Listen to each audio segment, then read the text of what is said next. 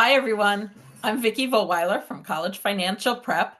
And today I have with me Natalia Zimnoch from Zimnoch Financial Group. Welcome, Natalia. Hey Vicky, what's going on? Thank you. So yeah, as Vicky mentioned, my name is Natalia. I'm the founder and CEO of Zimnoch Financial Group. And Vicky, what are we talking about today? I've been speaking a lot with Natalia lately about the sandwich generation and how people who are planning for college are oftentimes also doing a lot of caregiving for their parents, and they're managing the financial issues from both ends, so to speak. So while I'm helping people with, planning for their kids' college education, Natalia's helping people with, issues related to long-term care. So Natalia, here, why don't you tell us a little bit about the work you Yeah, do? and not just that, Vicky. So, I am a sort of what you would call a holistic financial planner. I mean, we do everything from setting up lifetime gifting strategies and trusts for when children are born from a few months old, all the way to the other end of the spectrum, with retirement income planning, 401ks, rollovers, IRAs, IRMA, Medicare, and then all the stuff in between. We do the college planning, the college funding, we do group benefits, we help small business owners with tax planning and strategies of that nature. So, Okay, so I'm going to you know, stop you for a second. yes. So Natalia helps people save money for college. I help people save money on the cost of college. So while we both do college planning and college funding, it's from two different ends of the spectrum to help people Exactly.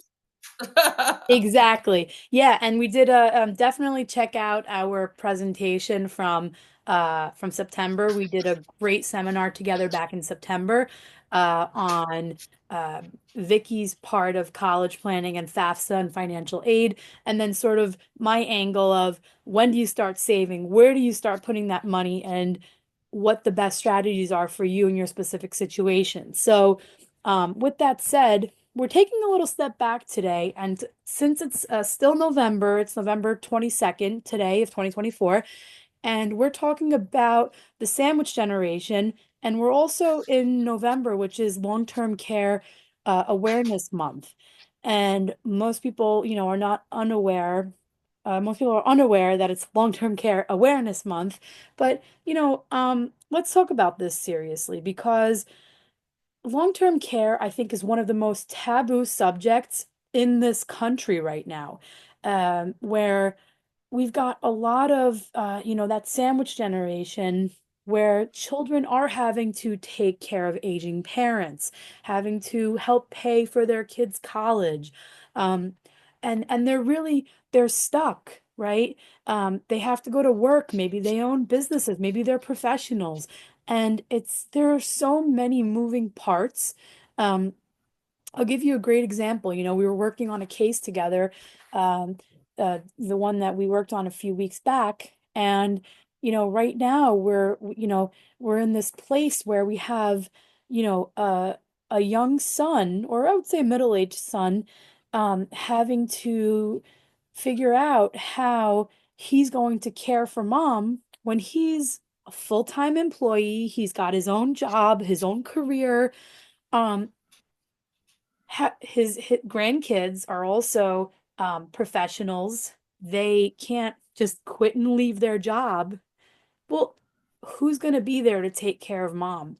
How do we address the need for very expensive future care, long-term care costs, Medicare costs, healthcare costs? Who's taking mom or dad to the doctor's visits? Who's following up with them? Who's there in the middle of the day when they need to, use the bathroom or get up from the bed to the couch or, take a bath, take a shower? How do how do we navigate all of this? And that's really where the long-term care aspect comes into all of this, because it's something that, we don't quite talk about it over the dinner table, right? And How Not do at we all. start the conversation, Vicky? Tell me about your experience with long-term care. Mine? Yeah, do you have any clients that are going through this right now? Friends, Um, family, everybody knows somebody is what I'm saying. true, true. Yeah, no, I mean, I know it's a topic that, always comes up, as you said, kind of taboo. Um, but yeah, people need help because they're not familiar with how the system works and how to navigate the system. So I'm glad you're here for that. Yeah, so, well, with that said, um, what are some of the strategies from, I would say, a college perspective when, we're dealing with aging parents who may need care in the future, um, maybe have expressed the need or the want to make gifts to their grandchildren, help them pay for college. Is there anything that comes to mind for you specifically on any strategies where they might be able to help with college costs? Well, one of the great things that just came about as a result of the FAFSA Simplification Act is that grandparents can now put money in 529s or gift money to kids, and the kids, the kids and the kids' parents are not penalized for that money being put towards their college education. It used to have to be considered income for the kids, and that's no longer the case. Wow, So, that's awesome. yes. Yeah, I think you mentioned that at the last speaking engagement that we did. See, that's incredible. Like there's one strategy, I'm not an attorney, of course, so I can't speak per se on the legal side of things. You should certainly take what I say with a grain of salt and consult a legal professional with what I'm saying. But things like power of attorneys come to mind, wills, healthcare proxies, documents like that. Um, and maybe this isn't maybe long-term care planning. This isn't a conversation that we have over the dinner table. But with Thanksgiving coming up next week, maybe it is one that we should have. Maybe it is something that, mom and dad and adult children, maybe even grandchildren need to talk about with their grandkids or with their children, right? Maybe it is something that, needs to be expressed because all too often, myself, my team, we find ourselves in a situation where a client comes to our office and we see that there's early onset memory loss. In those kinds of situations, about a year ago, we actually made an executive decision where we started taking, whenever we do Medicare retirement planning applications, we every client we work with, we now require an emergency contact and a trusted contact to be listed for those elderly clients in their client file, the name of one of their kids who they trust. And this way, if we're ever in a situation like that where a client comes to see us and we see, 2, 3 days in a row, they're coming to see us every day, something's a little off, we now can help be that advocate, um, and maybe reach out to the kids.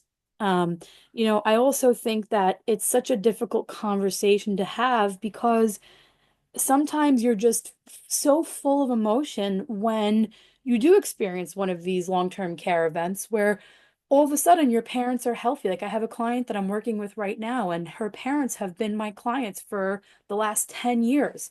And her dad went in for heart surgery earlier this year, and he was supposed to have stents put in his heart. He was supposed to be a whole new man and go back to work within 2 to 3 months. And unfortunately, his memory declined after the surgery. He now walks with a walker, and mom has children who are in their early teens, and even younger than that, toddlers. Um, her mother lives with her, her father lives with her. She is the primary caregiver, and she is quite literally the definition of the sandwich generation, right? What do you do in that kind of a situation, right? Luckily, her husband is a business owner, and so, they are fortunate enough to not have, to for her to be that caregiver, for her to be able to take care of the kids. But what do we do in a situation where you're not in that position, or you do have those children who are all professionals? How often does this lead to family drama? Families, children stop talking to one another. Mom and dad's worst nightmare. My kids don't talk to each other, or they hate each other, or or worse. I'm dealing with another scenario here, with an attorney that I work with closely, who the two brothers shut the sister out of mom and dad's financials. They sold the house. Mom and dad put them down as power of attorney. Sister doesn't know where any of the money went, and she doesn't want the inheritance per se. She's not looking for mom and dad's money. She just wants to make sure that her other two siblings aren't abusing mom and dad's cash or their entire life savings. Um, and it's yeah, that I see this every day. Um, this is the difference between doing um what I like to call crisis planning versus pre-planning. And all it takes is a couple of meetings, a couple of hours of all of our time sitting down, brainstorming, putting it down on paper. And if you're working with the right financial planner, with the right advisor, we will help you quite literally navigate, get you to the attorneys, get you to the experts like Vicki, get you to the right CPAs if you don't already have one. We'll speak with your existing CPAs. We will cultivate these relationships. We also work with pooled trusts. We have home healthcare agency relationships. We can help you navigate all this. And first and foremost, we can help you put the safeguards in place financially, the work with the attorneys to put the legal tools in place, and possibly even explore things like long-term care insurance, and strategies of that nature. So, um, I certainly think that this is a topic that is so often overlooked. This is real, Vicky. There are states out there that are trying to mandate long-term care insurance to be purchased by all of their residents. It's that bad. It's not just a New York State thing. I'm licensed in 13 states. This is not just a nationwide national problem. This is a global problem, and every society, every culture has a different way of dealing with this.